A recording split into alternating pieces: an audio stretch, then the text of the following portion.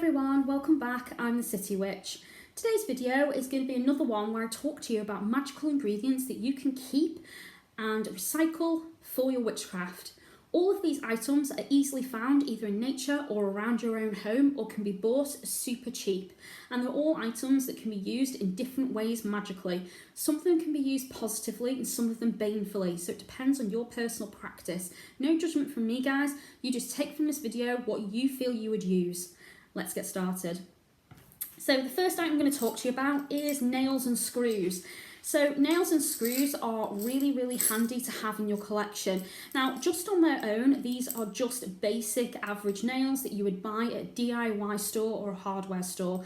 And they don't become witch's nails until I charge and enchant them. And the minute I do that, they transform. Now, I usually have 2 jars of these, but my other jar is kind of empty right now, and there's no point showing you an empty jar. But I always keep a jar of clean, new nails, and the other jar is dirty, broken, rusty nails. And they're both used slightly differently. Now, you can use clean nails for both positive and negative magic, but I like to separate them and use my clean nails for positive and my dirty, broken, rusty nails for negative magic. Makes it quite obvious which is which, and obviously something dirty and disgusting has a better impact in a negative spell working than something clean does. Okay? So, what would you use nails for? Well, first of all, clean nails have a lot of magical uses. You can use them to create charms for protection. You can add them into mojo bags, jar workings. You can add them into poppet dolls or use them to pin things to a poppet doll. You can use them to create protective charms and hang them in your garden or around your home. You can use them in witches' bottle spells as well. You can use them for protection spells. So as an example, commonly you'd use a black candle for a protection spell. If you don't have black, you can use a white candle in its place though, guys. You do everything you need to do to the candle to prepare it. So obviously you would tag lock it to the person, the target, so whether that's you or somebody else. You would obviously carve sigils into it, dress it, anoint it, all of that jazz, get it on your altar ready. And one of the last things you can do is you can surround it with the nails or the screws pointing outwards. And what you're doing there is you're symbolically accessing that defensive energy that comes from nature. So if you think about things in nature that are prickly, things like, porcupines and hedgehogs and, spiky, thistly plants will come to mind, such as roses. Those things are there for defensive reasons. So if you think about a hedgehog or a porcupine, when they feel threatened, they'll roll into a ball and the spikes will go on end. And any predators that come at them are going to get spiked and they're going to go, ow, and they're going to back off. You're simulating that energy within the spell by having your nails pointing out, charging them for protective purposes, asking them to spike and stab anything negative that comes at you. And you're saying, get away from me, stay away, I'm spiky, I'm dangerous, I don't want your energy, I will spike you. That's kind of what you're saying in the spell symbolically. So that's one way to use them, guys. You can also use them in healing work. And already I can hear some of you going, how on earth would you use pins, nails and screws in healing work? Well, you'd use them with poppet dolls. So you can use them with poppet dolls, clay dolls or figural candles that look like men or women. And obviously you would name this thing after your target, so whether that's yourself or someone else. And then you can work with the energies of that person. So commonly you would work on the chakras. So sometimes the chakras can become blocked, understimulated, and the energy feels rather dead and inactive. In order to wake it up, you can inject it with some energy. So you can charge your nails and screws and pins in advance. Dedicate them to the chakras, so you can even paint them the correct colours. You can glue crystals to them if you wanted to. You can dress and anoint them in the correct oils or matching essential oils, and then you can push those energies into the person one at a time, waking up and stimulating that chakra in order to get them back into balance. Counter to that, if somebody's overactive in a chakra and they have too much energy and they don't know what to do with it, you can calm them down or block that energy by pinning the energy closed and creating a blockage that prevents that energy from coming out. And that allows the body to come back into balance, and thus it allows the person to have some time to heal. And then eventually you can remove that when they're calm again and they're back into balance. And as you remove it, you can do it slowly and you can do further work on that chakra in order for that energy to come out in a nice steady flow rather than overstimulating the person that you're trying to heal. So there's two ways. Obviously, counter to this, you can use this for negative work as well. So you can use it to obviously block up someone's chakras, create sickness and illness. You can shut down their chakra points, which can cause all sorts of different problems. And you can work on the chakras, mentally, physically, and, energetically, and of course emotionally. So there's lots of different energies you can work with by doing this kind of synthetic magic. So now we're on the subject of starting to talk about a little bit of negative work here. Let's look at our rusty, broken, dirty nails. So these are the ones you would use for negative work. So, what comes to mind straight away is curses, hexes, evil eye work. Again, if you're going to work with poppets, whether that's the fabric kind, clay, or figural wax candles in a man or a woman. Again, you can obviously, if you're somebody that wants them to feel the pain you felt, you can obviously stab them with all those nails. The rustier, the dirtier, the baneful, the better. You can spit on these nails. You can, you can actually have them overnight in your own feces or your own pee if you wanted. You can leave them out in a thunderstorm and charge them with all that chaotic energy, and again inject that into the person, creating chaos, the same chaos you'd get from a storm, putting that into that person's life. You can put them into curse jars, hex jars, sour jars. You can put them in vinegar jars. You can work them into binding and banishment spells as well. You can work on someone's mentality, so changing their mind. You can use them in obsession spells as well, guys. Make no mistake, an obsession spell is dark magic, guys. It is not positive magic. You're trying to force your will upon someone else. And the same for if you want to do domination work as well, and you want to dominate somebody, whether that's because they're bullying you and you want to make them feel small and little and insignificant for once. It's still dark magic. And again, nails and screws and pins are all used in that sort of magic. It just depends on what you feel you're going to use these for, but definitely some interesting techniques there that I've given you for these particular magical items.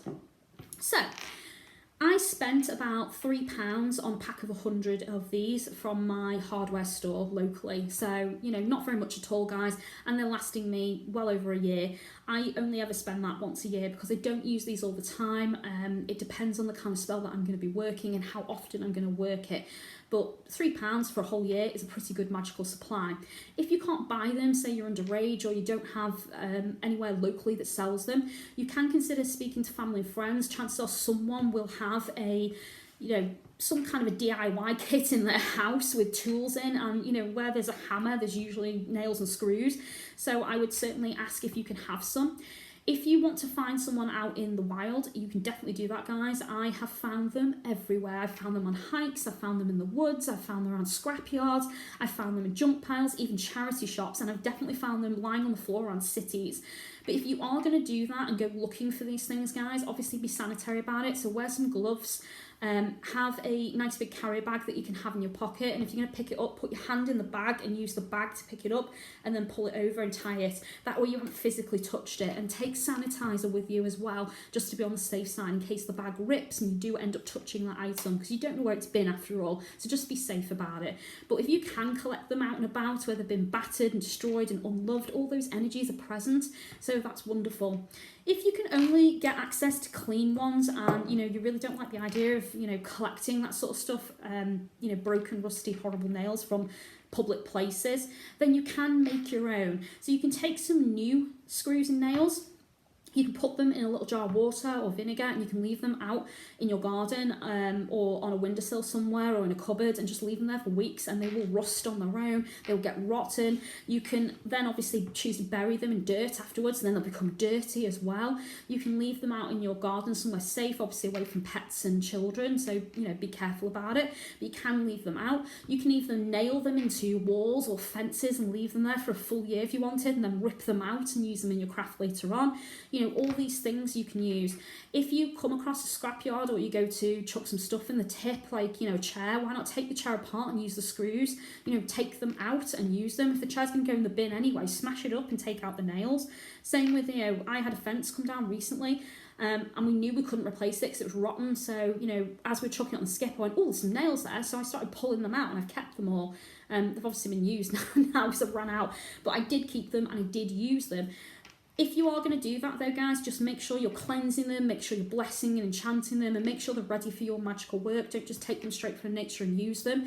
Obviously you want to keep the energies of, you know, their experiences, but you want to get rid of the energy of a person on it, because you don't want to accidentally incorporate that person into your magic by mistake. So, you know, cleanse off any energy of a person other than you, but the energies of the experiences of the tool and the item you want to keep, because that's what you want to inject into the spell. Okay, so that's that one, guys. Moving on to the next one, we're going to talk about working with animals. So those of you out there, there's probably a number of you that have cats, dogs, budgies, perhaps even horses, or some unusual pets like goats and pigs. But if you have any of these things as pets, you can save some things from them. So this is a jar of snake skins. I'm lucky enough that my niece has a snake, and when it sheds, this is what she gives me. So not harmful to the animal at all, and I can use this in my witchcraft. So just to show you the jar there, so you can see what this is used for. So snake skin is used for creating great and powerful change and renewal, brings powerful healing energy to a situation. It's transformative, shape-shifting and protective, but its darker qualities is sinister energies, poison and slyness. So think about the energies of a snake a little bit and the fears and phobias that surround that. So there's positive and negative uses for this. I tend to use it more for positive work, but I have the option of the negative. So obviously I've got snake skin there, but you can collect, as I say, things from pets. So with your dog, you can collect any teeth that it sheds, any claws that come loose, dog fur. So as you're grooming it, keep the dog fur, especially if it's black. Black dog fur is used a lot in witchcraft and is really easy to find symbology of, by the way, guys. So I definitely use that. Same with cats. So cats, you want to keep its claws and its teeth, and you definitely want to keep the fur, you know, if you get a chance to groom it. My cat hated being groomed and would smack me one. But if you're able to groom your cat, certainly keep the cat hair. What would you use dog and cat hair for, or even the parts of those animals? So obviously teeth and claws, protective magic, protective charms. Obviously they're sharp, so think defensive, aggressive magic. The fur is often used to incorporate the energy of the animal. So for dogs, dog fur is used for loyalty. It's used for obsession work. So if you think about how dogs can be obsessive with their owners and really clingy and needy, so those sorts of energies, they're obviously very, very protective and extremely loyal, very, very loving animals, and they are, you know, think about what dogs can be used for. So think about the species and the breed of the dog. So, you know, some dogs are used for tracking and hunting, others are used for search and rescue, some help find drugs, some are working dogs. So think about the energy of the dog a little bit, what it's traditionally used for, do a bit of research on the breed, and that can influence your spells as well. So you can actually collect different hairs from different dogs, or you could just put it all into one jar and just say symbolically it represents the energy of a dog as a species rather than the individual breeds. Then let's look at a cat. So again, with the cat, you can think about the breeds a little bit and look those up, look up their temperaments and their energies, and you can have different jars, or you could just pop it into one jar and you can say it's just the energy of a cat. And for cat magic, you'd be looking at things like working with gods and goddesses that have cats that are sacred to them. You can leave it as offerings. That's actually the same for the dog as well. I should have said that before. Cats are used for attraction magic, chasing and hunting, and, you know, getting what you want. So very good for domination magic, seduction magic, sexual magic. They're all used in those sorts of spells, guys. So there's a few ideas. If you have a horse, you can use the horse hair for binding because it's extremely strong. It's often used for piano string, so, you know, because it's quite powerful. So you can use that in binding spells because it's very difficult to break it. You can obviously create charms out of it, tie up energies. You can use knot magic in it as well. If you do have a horse and it throws a horseshoe, that horseshoe can be used in luck spells and luck magic and good fortune and gambling. And because it's been worn by the horse, it's extra powerful. So that's also an option, guys. Think about the animals as well. So if you have, you know, birds, you can collect you know, any feathers that they shed, and you can record their voices singing and use that in spellcraft as well. So all these things can be saved and utilised in your magic. But I would definitely think about, you know, your furry, feathery, scaly friends, keeping the gifts that they bring you and obviously utilising it in your craft. And that brings me to my next one, which is feathers. So I have a huge jar of feathers here, guys, collected from all over. Everywhere I've been, if I see a feather, I'll, and I feel drawn to it, I'll collect it and keep it. Towards the bottom here, you can see these blue ones. These are actually budgie feathers that my friend gives me from her budgies. In the jar, you can obviously see I've got buzzard feathers here. That's what all these patterned ones are. This one is from a magpie. I have some turkey and goose and duck feathers towards the bottom here. If I turn it around a bit more, so this one here is from an owl. I also have a ostrich feather in there, which you can sort of see the fluff from just here. I've got dove feathers in here. I've got an owl feather, an eagle feather, I've got a hawk feather, and a lot of these I've asked for from zoos. So obviously as keepers are cleaning out cages, I've said, oh, can I have that? And they'll just pass them through the bars to you, let you have it, because they're only going to bin them after all. So they'll let you have them. When you go on nature walks or hikes, you'll find them out in the wilderness as well. If you go on holiday to foreign lands, I don't think anyone's in customs going to stop you for a feather if you put it in your pocket or something. So if you do see something out in nature, then, definitely I would get it, especially if it falls directly in front of you. That's often a gift from the animal. I would also be inclined to look up the animal as well and see if it's, connected to you in some ways, like a totem or a spirit animal, if that happens. But I would certainly recommend keeping feathers. Feathers are excellent for working with the element of air, working with bird power and bird energy. They're good for travelling energy as well. You can paint them, which means you can put symbols and use sigils in your magic. You can obviously leave them as offerings to nature. You can turn them into charms. You can make dream catchers out of them.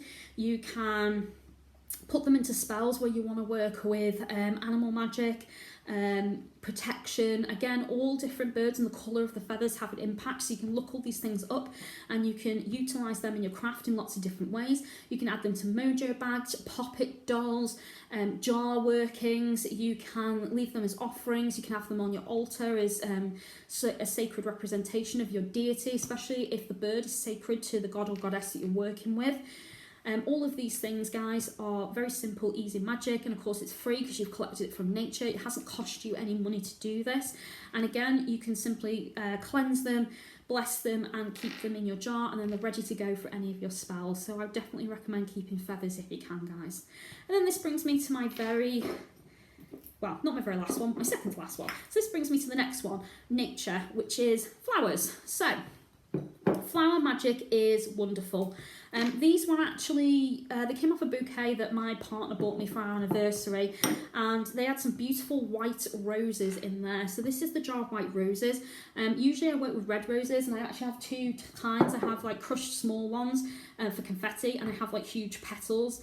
And I have two full jars of each, but I don't get to work with white ones very often, so I thought I'd keep these. So when the flowers wilted and they started to, look like they're dead, I took the heads off them all, spread out all the petals on a tray and left them for a few days to dry in the sunlight. And when they got a bit crispy, that's when I knew they were ready to go in something like this. So when I looked this up, white rose petals are used for purity, purification, peace, gentle transition work, releasing the past, clearing away negative spirits, love work, cleansing and banishment. So they're all the spells that I can use this for, and again, completely free because the bouquet was, obviously gifted to me. And then the other plant that came with it was freesia, which is used for healing, spine and back pain, strength, courage, body awareness, speaking your mind and your truth, self-discovery and safety. So that is the freesias. So again, I kept them and, I plan to use them in my craft. I've already used these in some sweet jar workings for healing and releasing pain and negativity and encouraging awareness of the situation. So, straight away, freebies, excellent, they're beautiful in workings. You can embellish your altar with them. Once these are dried up, I can choose to make offerings or sacrifice them to nature and the spirits I work with. I can turn them into charms. I can put them in mojo bags and doll workings. I can use my mortar and pestle to grind them up and embellish candles with them if I wanted. I can put them into oil blends and add them into those. I can use them in baths and salt mixes, you know, so obviously double checking none of these things are toxic or poisonous in any way. But flowers is definitely something you could consider collecting for your craft, guys. So going out in nature and figuring out what you can use. And actually one of the best things you can do, guys, is, you know, local to where you are, go out on little nature walks and figure out what's local to you, what plants grow naturally in your area. Can you use those in your craft? Look up their properties and figure out if there's something you can incorporate. That makes you stronger locally as a witch to your area. It also means you're working with the spirits of the land in which you live, which again is really powerful for your craft. It means you're incorporating spirits and energies of the land and you're recognizing their energies, which makes you stronger in your home domain. So certainly something you should consider using. And there's lots and lots of weeds out there and herbs and things that grow naturally that you can use as well, not just flowers. I know every witch works with herbs, but it's not as common that they work with flowers, but you can use the flowers and the barks and, you know, mosses and, you know, even mushrooms and fungi, you know, all these things can be used in your craft. So consider collecting some of these things, guys, but obviously make sure that they are not toxic, that you can handle them with your skin, and if you're not sure, wear gloves. Out of habit now, I've always got a pair of rubber gloves and a carrier bag in my pocket or my handbag, because if I see anything out and about that I want naturally in the wild, chances are I'm going to want to pick it up, so I'd rather be safe than sorry. So yeah, just consider having these things on you, and when you're out and about, you know, you can collect up these things, and then when you get home, label them all up and put them in jars and keep them for your witchcraft. And then the very last thing we've come to now is shells. So shells is obviously something free that you can collect. You can buy them if you want to. There are some countries that don't allow you to pick these from the beach. They classify it as stealing. But if you're lucky like me and you're in a country where they do allow you to collect from the beach, then you can collect shells. Shells are obviously sacred to Venus Aphrodite because she's an ocean goddess of love. So you can leave these on a dedicated altar to her or dedicate them in your garden to her as an offering or a sacrifice. You can obviously paint these and put sigils on them. You can decorate your altars with them. Spellwork wise, they're used in beauty, glamour and love magic, and each shell has its own individual energy as well as its general symbol energy. So symbolically it's used for love and beauty and glamour, but then individually some of these shells have extra purposes that you can look up as well. I tend to go by the colour of the shell or the shape and design of it. So if, for example, so this one here is quite spiky. So as we talked about earlier with the screws and nails being spiky, again, you could use that for protection magic, deflection, defense work, because it's spiky and hard. So you could crush that up and use that in that kind of a spell working, add it into protection jars or a witch's jar if you wanted to. But then also you've got spirally ones like this one that could be used to manifest and draw things into you, because obviously it has that spirally pattern.